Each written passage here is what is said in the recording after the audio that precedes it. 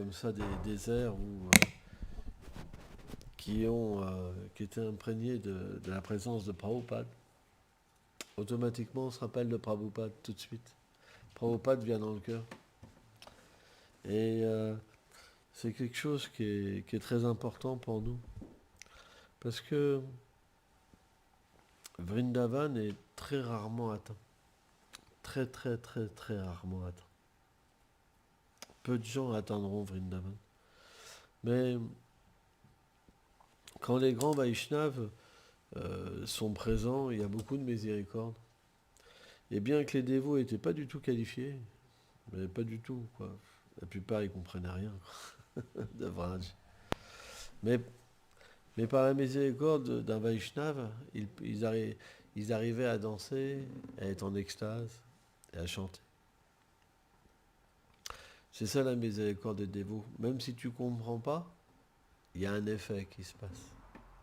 Alors, c'est pas parce que tu chantes en extase que tu vas forcément atteindre Vrindavan, mais c'est la miséricorde du Seigneur Nityananda, c'est que il vient et il fait danser tout le monde. Lorsqu'on danse, on oublie notre caste, le fait qu'on soit une femme, qu'on soit un homme. Si on danse vraiment avec une bonne attitude, pour le plaisir de Krishna. C'est pour ça que danser, c'est quelque chose qui est très important. C'est une manière très facile d'atteindre l'amour de Dieu. Les dévots qui ont du mal à danser, c'est parce qu'il y a un problème intérieur. On devrait simplement s'abandonner quand on danse. C'est un peu comme si vous avez la mort qui arrive ou un grand danger. Quand vous avez un grand danger qui vient, alors vous prenez refuge très facilement. Parce qu'il n'y a pas d'alternative. Vous comprenez? De la même manière, la danse, c'est la même chose. Si on prend refuge d'une manière spontanée dans la danse, alors tous nos problèmes sont résolus. Tous nos problèmes de l'existence sont résolus parce qu'on devient heureux. C'est pourquoi la danse, c'est vraiment elle vient d'une attitude dévotionnelle. Dès que la miséricorde vient, alors le dévot il danse. Et quand il danse, le dévot il considère pas s'il y a quelqu'un, il considère pas s'il danse bien ou pas bien. C'est une danse du cœur spontanée en fait. Et donc pourquoi à cette époque-là il y avait naturellement une miséricorde spéciale, c'est que Prabhupada était présent. Et Prabhupada est venu vraiment comme un ami, en fait. Parce que les Vrajbasis, donc les éternels habitants de Vrindavan, ils ont une humeur véritablement d'amitié dans leur cœur, qui est très très profonde, et qui ne peut être comprise que lorsqu'on chante sans offense. L'expérience qu'un Vrajbasi vient nous chercher, c'est une expérience unique parce que on peut comprendre ce qu'est l'amitié, on peut comprendre ce qu'est donner notre cœur à quelqu'un. Quand les gens sont parfaits et qu'ils épousent tous nos sentiments spirituels, à ce moment-là, c'est nos amis. Parce qu'ils comprennent exactement ce qu'on a besoin. Et ils viennent nous donner ce qu'on a besoin. Et ça, c'est une expérience qui ne peut pas être faite dans ce monde. Parce que dans ce monde, il y aura toujours un calcul. Les gens vont se défendre, les gens font partie d'une institution, ou ceci, ou cela. Il y a toujours quelque chose. Mais à Vrindavan, quand le chant, en fait, quand on expérimente le chant pur et qu'un Vrajbasi vient nous chercher, à ce moment-là, on peut comprendre ce qu'est l'amitié. Donc, comprendre la position de Prabhupada, comprendre comment Prabhupada est venu dans ce monde, comment Prabhupada est venu irriguer, parce que c'est un flot, cette amitié, il faut chanter sans offense pour le comprendre. Même si quelqu'un a pu voir, c'est pas forcément qu'il a goûté. On a vu, par exemple, j'avais vu un dévot là, qui avait servi Prabhupada pendant longtemps, il est parti pendant 20 ans. Il a arrêté de chanter pendant 20 ans. C'est un symptôme qu'il a vu, mais il n'a pas reçu dans son cœur. Hein, c'est un symptôme. Et c'est pourquoi cette amitié, elle est toujours présente. Les Vaishnavas sont toujours présents dans leurs souvenirs. Par exemple, dans l'air qu'on vient de chanter, les Vaishnavas sont toujours présents.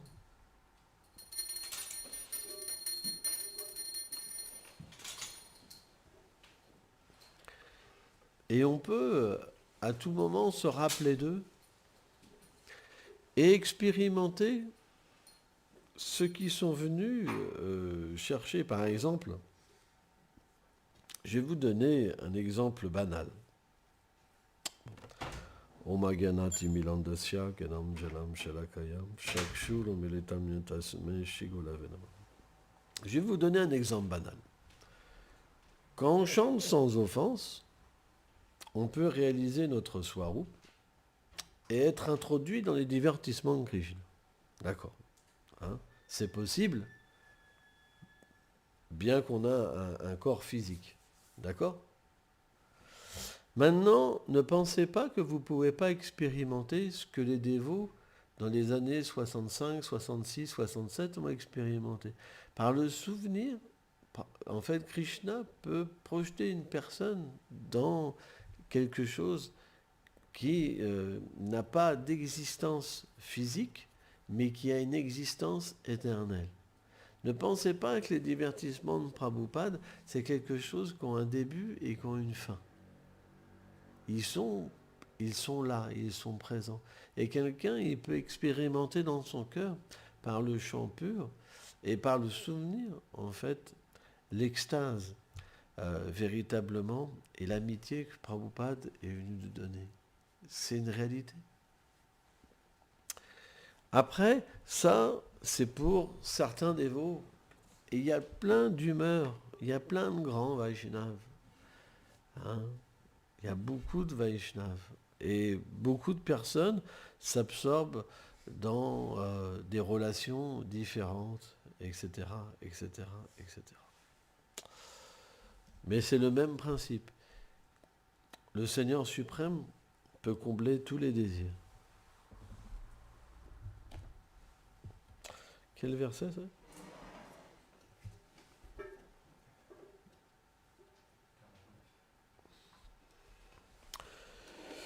Donc nous allons lire un verset, premier chant, chapitre 15, verset 49. Om Namo Bhagavate Vasudevaya. Om Namo Bhagavate Vasudevaya. Om Namo Bhagavate Vasudevaya. Om Namo Bhagavate Vasudevaya. Om Namo Bhagavate Vasudevaya. Om Namo Bhagavate Vasudevaya. Vidurum Pimpirim Chajam Viduropi Parityajam Prabhasedeham Atmanaha Prabhasedeham Atmana Krishnam Vishena Tachita Naveshena Tashita Pitri Biswam Shayam Yayo. Pitri Visvakshayam Yayo. Traduction. Le mental paisible, Vidura, qui possédait une dévotion sans mélange pour le Seigneur Krishna, abandonna son corps à Prabhas. Il retourna à sa propre demeure escorté des habitants de Pritriloka. Retrouvant sa position, il accomplit le devoir que le Seigneur lui avait assigné. Commentaire. Vidura était une incarnation du demi-dieu Yamaraj, qui est responsable de la planète Pitroloka. Il a la charge de juger les personnes impies. Srila Vishwanath Chakravarti Thakur explique qu'il n'est pas un associé éternel de Krishna. Par conséquent, il abandonna son corps lorsqu'il quitta la planète. À cette occasion, les habitants de Pitriloka étaient venus pour l'emmener à sa demeure. Le mot Swakshayam signifie son lieu de juridiction. Namaum Vishnu Padaya Krishna Pestaya Bhutale Shrimate Bhakti Vedanta Swamin Iti Namine Namaste Sarasvati Deve Kauravani Prachaline Nilve Shesha Sunyavadi Prachatya Deshatarine.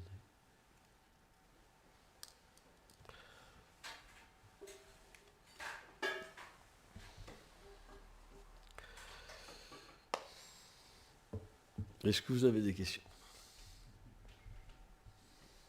Oui. En commentaire, c'est intéressant parce que Vidura, il était associé Pandava à Krishna, et pourtant c'est expliqué dans le commentaire que ce n'est pas un associé éternel, mais il a quand même été introduit dans les divertissements de Krishna sur Terre.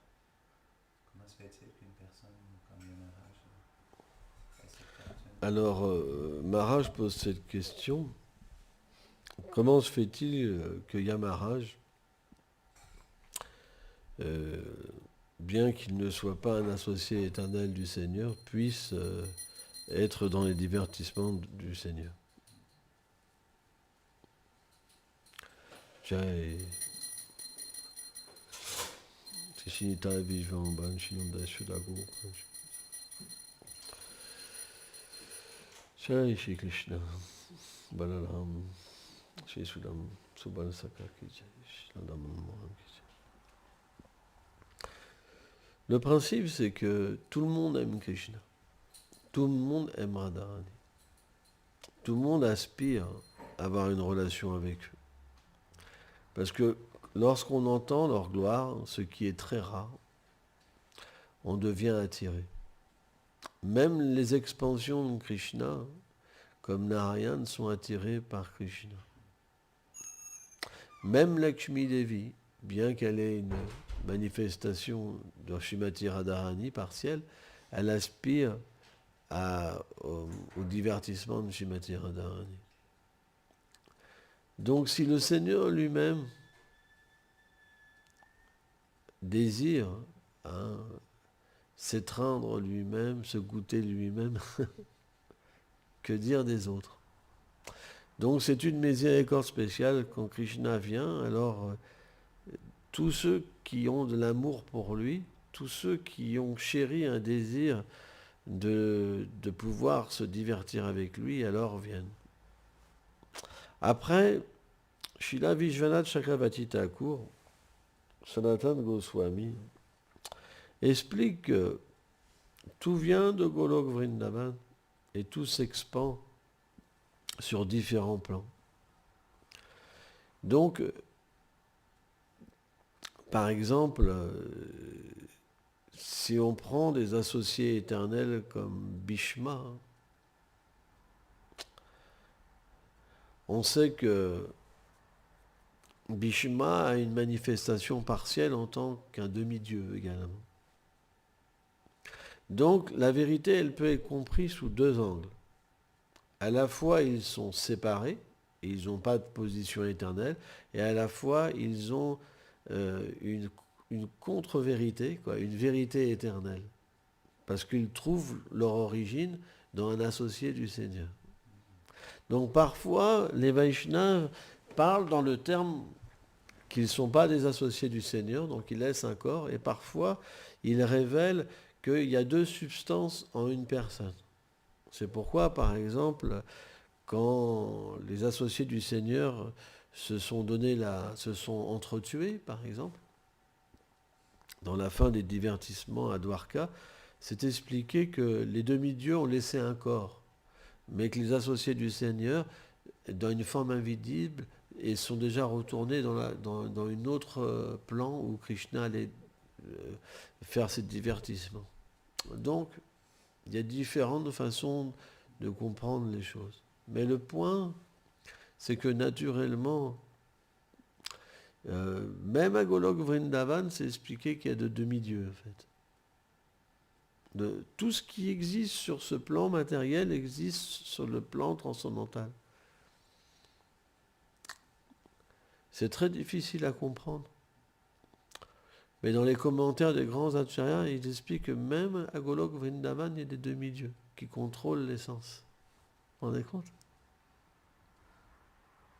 Tout ça, c'est des choses qui sont inconcevables. Ça veut dire qu'à un moment, notre raison, elle ne peut plus comprendre comment c'est possible. C'est pour ça, Vishwanath Chakravarti Thakur explique qu'un vrai sage, il est confus, pas un faux sage. Le faux sage, il pense qu'il a la vérité absolue. C'est une sorte d'illusion. Sa conscience est voilée par le Seigneur suprême pour qu'il se croive omniprésent, omnipotent, le Seigneur lui-même. Mais le sage, ça ne reste qu'une personne infime qui a une relation avec Krishna et qui dépend de ce que Krishna peut lui révéler. Pas plus ni moins. Donc, automatiquement, Yamaraj, selon Srila Prabhupada, est un pur dévot et il a une position spéciale. Et dans cette position, il peut constamment parler avec le Seigneur suprême parce qu'il doit juger les êtres vivants. Qui, à part le Seigneur, peut comprendre ce qu'une personne a fait? Parce qu'il accompagne tous les êtres sous la forme de l'âme suprême.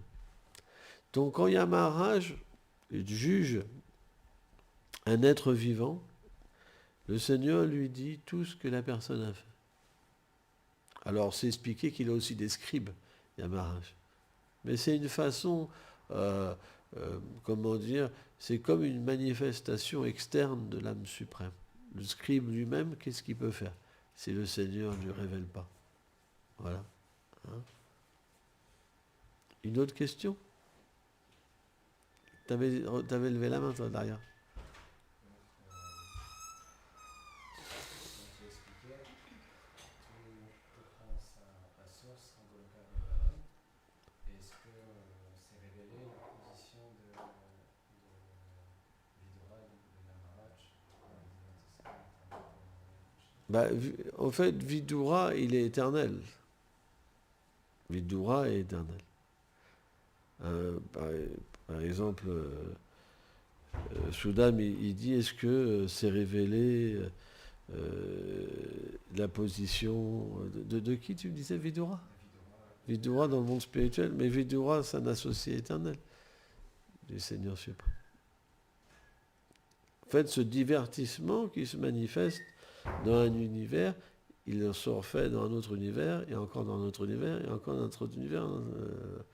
Et aussi, en fait, sur les planètes à Dwarka, il a une position éternelle aussi. Même Kamcha existe à Golok Vrindavan. Les Asuras existent à Golok Vrindavan. Tout existe. En fait, ça apparaît d'une certaine manière à Boma Vrindavan, dans les divertissements, dans les univers, comme si c'était nouveau. Mais en fait, tout est sur un plan de l'éternité.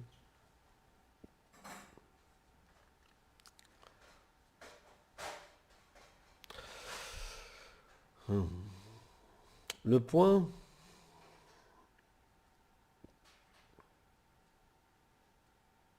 là, il est dit que Yamaraj retourna donc à sa planète, à Petriloka. En fait, c'est très intéressant cette planète, parce que c'est ce qu'on appelle la planète des ancêtres. Petriloka. Petri, c'est les ancêtres. Et dans la plupart des religions, en fait, ils adorent les ancêtres. Leur but, c'est de renaître avec leur famille. C'est vrai, hein, c'est vraiment... Ben, les chrétiens, par exemple, quand tu vois des films chrétiens, des reportages chrétiens, ils se voient avec leur famille, c'est vrai. Les juifs, pareil. Les musulmans, pareil.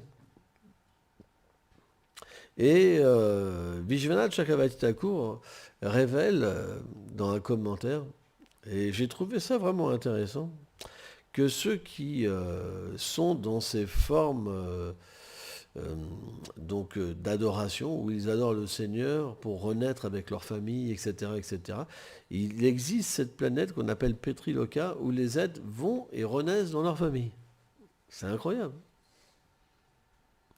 Et quand leur somme d'activité pieuse est finie, ils renaissent sur la terre dans leur famille. C'est comme un cycle en fait. C'est incroyable, hein. C'est très intéressant. Donc ça existe vraiment, hein. Et il y a une planète édénique pour ces personnes-là. Et ils reviennent sur la terre, ils recommencent. Parce qu'ils naissent dans des familles pieuses. Vous comprenez? Donc en fait, ils recommencent cette adoration sans fin, sans fin, sans fin, sans fin. C'est incroyable, hein. Et parce que souvent, on se dit, ouais, mais quand même, c'est bizarre, parce que on les voit dans le même corps, dans le même aspect. Bah, ça, c'est une spéculation, bien sûr, parce que sur les planètes édéniques, on n'a pas des corps aussi moches que ceux sur la Terre, hein, hein. C'est des corps très beaux, hein. Et c'est une vie beaucoup plus élevée, mais c'est quelque chose qui existe. De la même manière, lorsqu'on chante, et qu'on se rappelle de notre demeure éternelle, alors graduellement le souvenir apparaît en l'être vivant. C'est quelque chose d'extrêmement mystique. Parce que le dévot, par l'attachement qu'il a à Krishna, et par le sentiment que Krishna a éveillé dans son dévot, comment dire, de sa véritable personnalité, parce que l'attachement à Krishna ne peut pas être dissocié de la condition éternelle. C'est pas possible. Quand il y a un attachement à Krishna, il y a une prise de position de l'éternité. Ça veut dire qu'on ressent cet attachement dans l'éternité. C'est pas possible, ça ne peut pas se dissocier. C'est pour ça qu'un Shakti, c'est le stade où il y a une pointe de lucidité sur notre réalité éternelle. Quand l'attachement pour Krishna apparaît, automatiquement, ça fait apparaître notre réalité.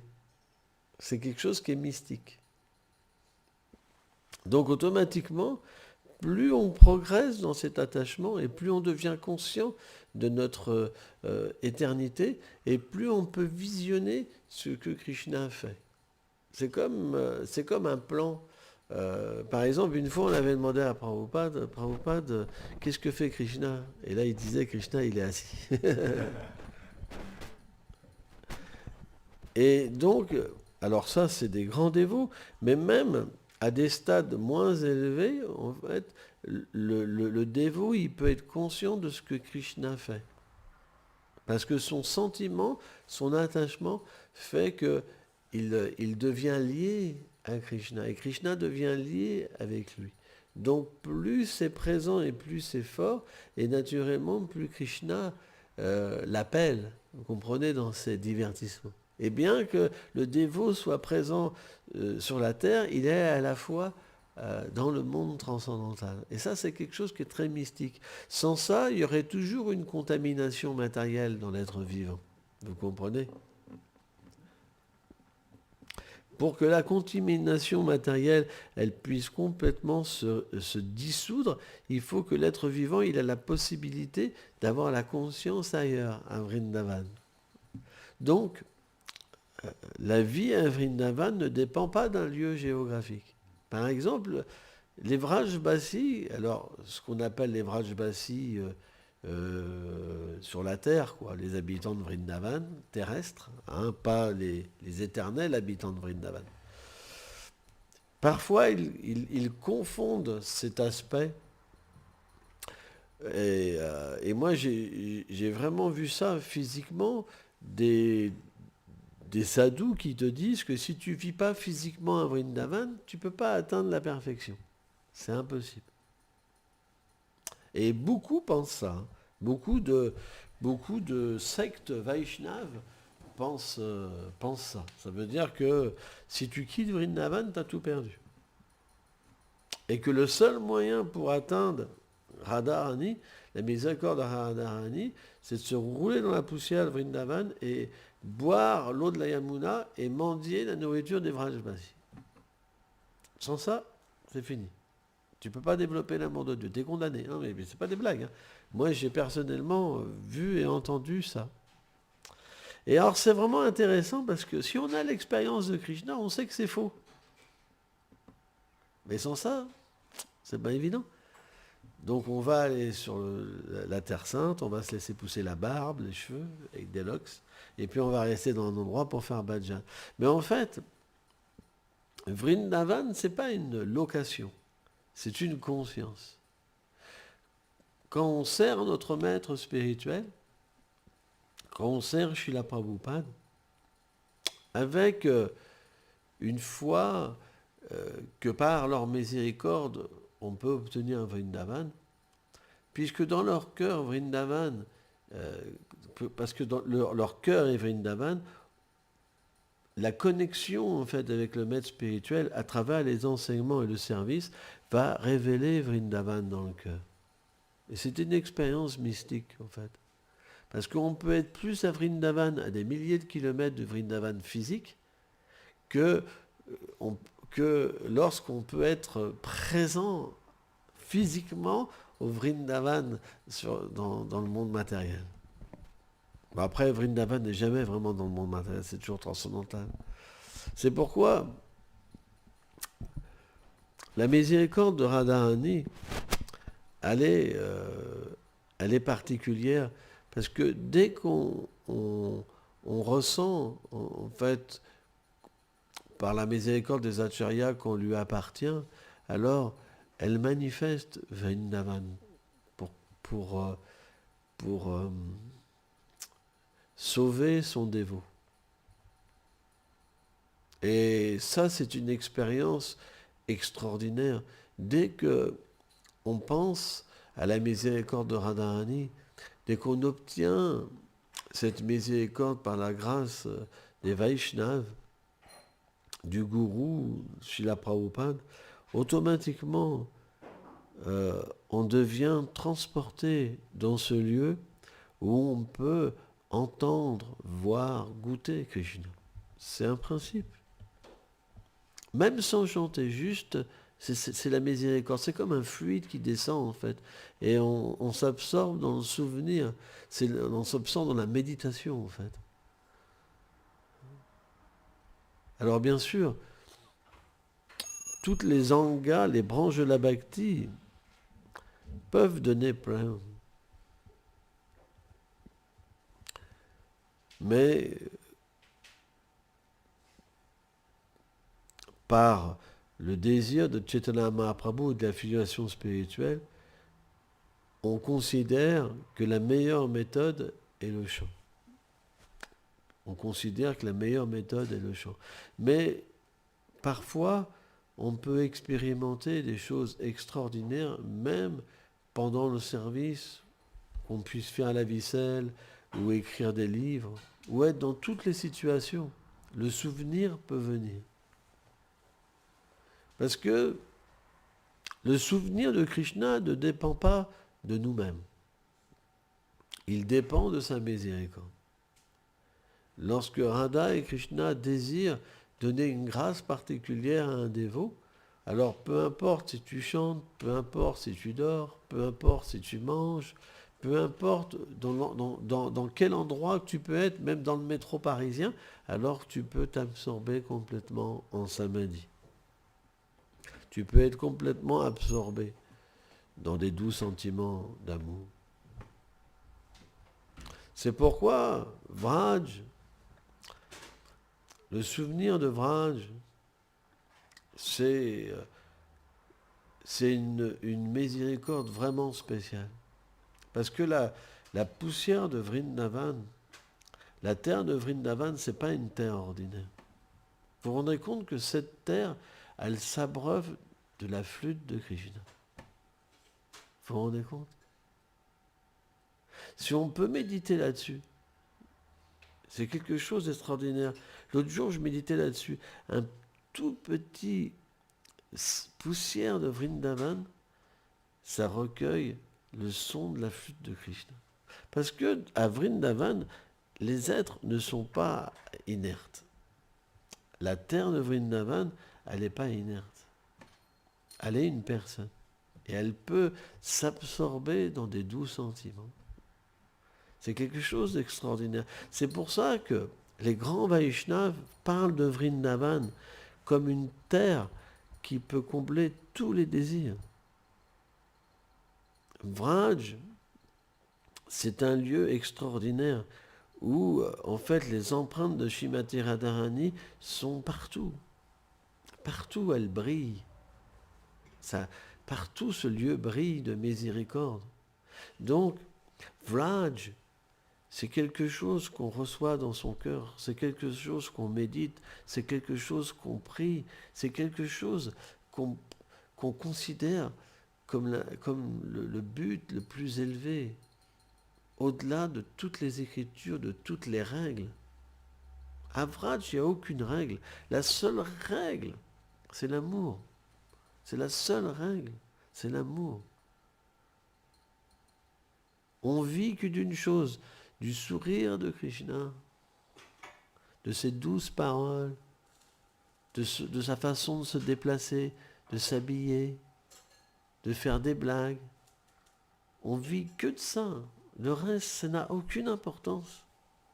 C'est pour ça, Vraj, c'est simplement une prière et quelque chose qui ne peut pas être atteint même par le chant. Ce n'est atteint que par la kripa. Vous pourrez distribuer des livres, cuisiner. Il n'y a rien qui permet d'atteindre Vrindavan, sauf la kripa. Et la kripa, c'est quoi? Elle vient par un sentiment intense de ne pas pouvoir vivre sans elle. Vrindavan, c'est Radharani. C'est pas Krishna, c'est Radharani. C'est le lieu où Radharani est la reine et Krishna est le serviteur. Mais parce que c'est tellement élevé que même le Bhagavatam, c'est comme inversé pour pas que les gens, parce que c'est pas possible à comprendre. C'est caché. Ce sens-là, il est même caché dans le Bhagavatam. C'est tellement élevé que c'est caché même des Védas. Ça veut dire quoi? Ça veut dire que l'origine de toute chose, Krishna, Govinda, il considère que sa bonne fortune, qu'il a atteint la bonne fortune quand il peut toucher les pieds de Shrimati Radharani, qu'il les pose sur son cœur. Et là il dit, Krishna dit, je suis tellement fortuné. Tellement fortuné. C'est ça, Vraj. Mais qui peut atteindre une telle position? De voir de tels divertissements? C'est pas possible. Ces êtres-là, ils ont des qualifications sans limite. Donc, lorsqu'on commence à comprendre notre déchéance et qu'on se débarrasse de tout, de vouloir être un GBC, un gourou, de ce que vous voulez, quoi. Quand on se débarrasse de tout et qu'il n'y a plus que ces deux mains et ces pleurs qui viennent pour avoir cette position. Et que tout le reste, c'est comme des excréments, vous savez, comme quelque chose de nauséabond, comme une illusion. Quand il n'y a plus que ces deux mains et ces pleurs, et qu'on est prêt à tout délaisser, alors la kripa commence à venir. C'est pour ça qu'à Vraj, tous prient la miséricorde de Radharani. Tout le monde chante Lada, Lada, Lada, Lada. On ne nous empêche pas de chanter là. Krishna lui-même chante Lada, Lada. Tout le temps, Lada, Lada, Lada, Lada, Lada. Il s'absorbe dans son nom. Et Radharani, elle s'absorbe dans le nom de Krishna. Donc, c'est un monde difficile à comprendre parce qu'il n'y a pas de règles. Les règles empêchent d'atteindre Vrindavan. La seule règle, c'est Radha Kripa. Une fois que la miséricorde Radharani, elle commence à couler, alors vous sortez de la conception d'institution. C'est fini. Et là, vous pouvez comprendre que Prabhupada, c'est votre ami, pas avant. Avant, vous pouvez même vous servir du nom de Prabhupada, de sa forme, de tout ce qu'il a fait pour avoir une position. Jai Prabhupada. Mais quand cette miséricorde vient, à ce moment-là, vous voyez qui est Prabhupada. Vous voyez votre ami. Et là, vous ne vous faites plus jamais avoir par toutes ces choses de ce monde. Hein? Il y a beaucoup de pièges. Beaucoup, beaucoup, beaucoup, beaucoup. Tellement de gens parlent de Prabhupada. Tellement.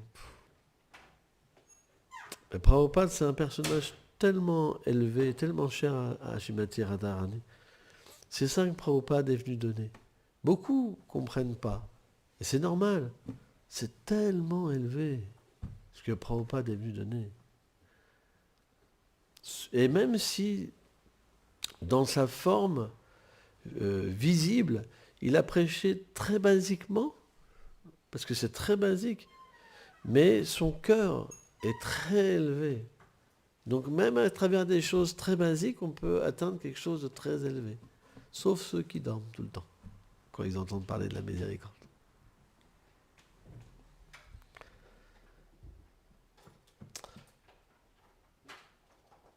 Il y a parfois une incompréhension. Vous avez des gens à Vraj, et c'est vrai, ce n'est pas une naissance ordinaire. Ils peuvent parler de choses très élevées. Nitya Vira, les divertissements intimes de Radha et Krishna. Il y a des sectes Vaishnaves qui ne parlent que de ça. Et j'écoutais quelque chose sur Bhaktisiddhanta. Qu'est-ce que veut dire d'après vous Sahaja? Associé éternel de Krishna, ça veut dire.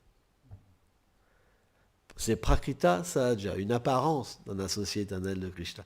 Quand il se déguise en gopi, etc., etc. Mais Sahaja, ça veut dire les associés éternels de Krishna. C'est pour ça que quand les dévots disent « Ah, c'est un Sahaja », ils ne savent pas ce que ça veut dire. Vous comprenez le point? Prakrita Sahaja, Prakrita Bhakta, une apparence de Bhakta. Prakrita Sahaja, une apparence d'associé éternel du Seigneur suprême.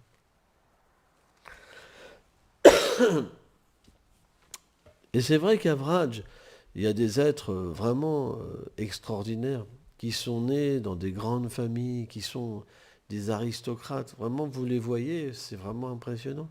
Ils ont une connaissance et une manière de se comporter tellement merveilleuse. Et dû à leur karma, ils peuvent s'absorber dans des choses très élevées. Et parfois, les Occidentaux, quand ils rentrent en contact avec ces choses, et bien sûr, il y a toujours de sortes de querelles entre des institutions, alors ils peuvent penser que une sorte de Vaishnavisme et l'autre sont différentes, qu'ils donnent quelque chose de différent. Il y en a un, c'est pour le CP, et il y en a un, c'est pour Bac plus 5, par exemple. Mais on ne devrait jamais considérer de telles insertions comme la vérité. Pourquoi? Ce qui compte, c'est ce que le sadhu a dans son cœur.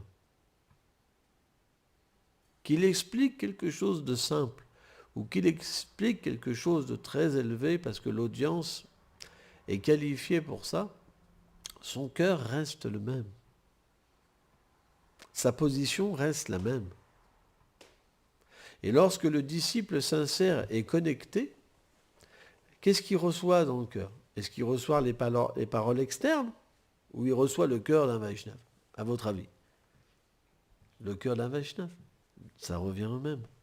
C'est pour ça, seuls les néophytes se querellent. Pas ceux qui ont reçu Radha-kripa. Ceux qui ont reçu Radha-kripa, ils comprennent, c'est la même chose. mais dites différemment, parce qu'il y en a qui sont qualifiés pour entendre et il y en a qui ne sont pas qualifiés. Mais la kripa, elle est dans le cœur du sadhu. Vous comprenez? C'est ça qu'une personne devrait recevoir. Donc ceux qui se querellent, c'est parce qu'ils ne sont pas qualifiés. Ils ne comprennent pas tout ça, parce qu'ils n'ont pas réalisé.